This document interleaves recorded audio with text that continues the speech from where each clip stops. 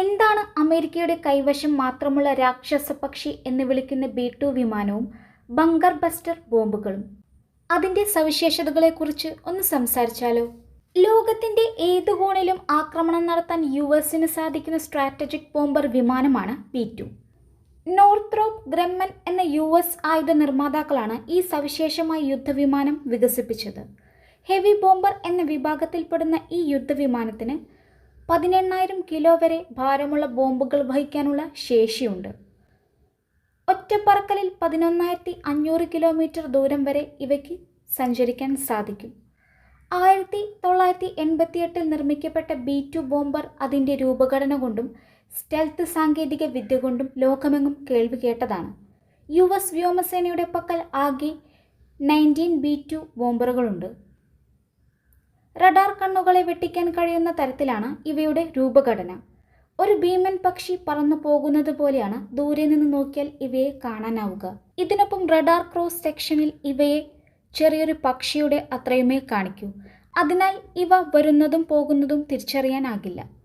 ഇവയെ കണ്ടെത്തണമെങ്കിൽ അതിശക്തമായ റഡാർ സംവിധാനങ്ങൾ വേണം. നിലവിൽ ഭൂരിഭാഗം രാജ്യങ്ങൾക്കും B-2 ബോംബറിനെ തിരിച്ചറിയാനുള്ള സംവിധാനങ്ങൾ ഇല്ല.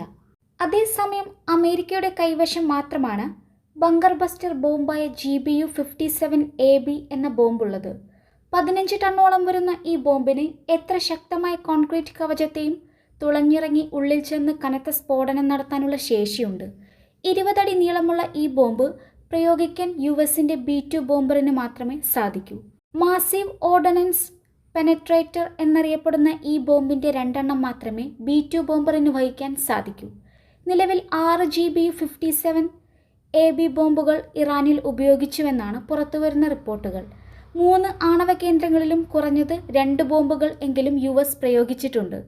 ഫെർദോ പോലുള്ള മലനിരകൾക്കുള്ളിൽ ഭൂഗർഭ കേന്ദ്രമാണ് അമേരിക്കൻ ആക്രമണത്തിൽ തകർന്നത്. ഈ ആണവ കേന്ദ്രത്തിന് കാര്യമായ കേടുപാടുകൾ സംഭവിച്ചതായി ഇറാനും സമ്മതിച്ചിട്ടുണ്ട്.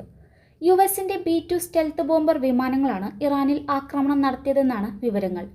മിസോറിയയിലെ വൈറ്റ്മാൻ വ്യോമതാവളത്തിൽ നിന്ന് 6 B-2 സ്റ്റെൽത്ത് ബോംബറുകൾ ഗുവാമിലെ സൈനിക കേന്ദ്രത്തിലേക്ക് നീങ്ങിയതായി റിപ്പോർട്ടുകളുണ്ടായിരുന്നു.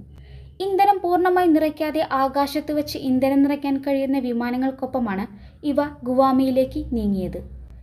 ഇതോടെ ഏത് നിമിഷവും ഇറാനെതിരെ ആക്രമണത്തിന് US സർവ്വസജ്ജമായി എന്ന് വ്യക്തമാക്കിയിരുന്നു. എന്നാൽ ഉടനെ തന്നെ ആക്രമണം നടത്താനുള്ള കാരണം എന്തെന്ന് ട്രംപ് വ്യക്തമാക്കിയിട്ടില്ല.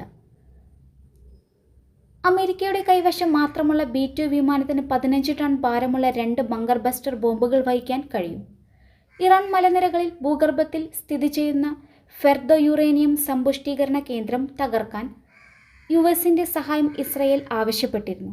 ഇറാന്റെ രഹസ്യ ആണവ ഗവേഷണ കേന്ദ്രങ്ങളുടെ ശൃംഖലകളിലടക്കം കൃത്യമായ ആക്രമണം നടത്താൻ B-2 ബോംബറുകൾക്ക് കഴിയുമെന്നാണ് US-ന്റെ അവകാശവാദം. ഇതിനു പുറമെ ഫെർദോയിലേക്ക് US നാവികസേന മിസൈലാക്രമണം നടത്തിയെന്നാണ് റിപ്പോർട്ടുകൾ. US നാവികസേനയുടെ കപ്പലുകളിൽ നിന്ന് ഫെർദോ ആണവ കേന്ദ്രം ലക്ഷ്യമാക്കി 30 ടെമാഹാക് ക്രൂയിസ് മിസൈലുകളാണ് വിക്ഷേപിച്ചത്. ഇറാനിലെ ഫെർദോ, നദാൻസ്, ഇസ്ഫഹാൻ എന്നീ ആണവ കേന്ദ്രങ്ങളിലാണ് US ബോംബറുകൾ ആക്രമണം നടത്തിയത്. ആക്രമണത്തിൽ ആളപായം ഉണ്ടായത് റിപ്പോർട്ടുകളില്ലെങ്കിലും ആണവ കേന്ദ്രങ്ങൾക്ക് കാര്യമായ നാശനഷ്ടം ഉണ്ടായിട്ടുണ്ട് എന്നാണ് വിവരം. US-ന്റെ പക്കൽ മാത്രമാണ് ഇത്തരം കേന്ദ്രങ്ങളെ തകർക്കാൻ കഴിയുന്ന ബങ്കർ ബസ്റ്റർ ബോംബായ GBU-57AB എന്ന ബോംബുള്ളത്.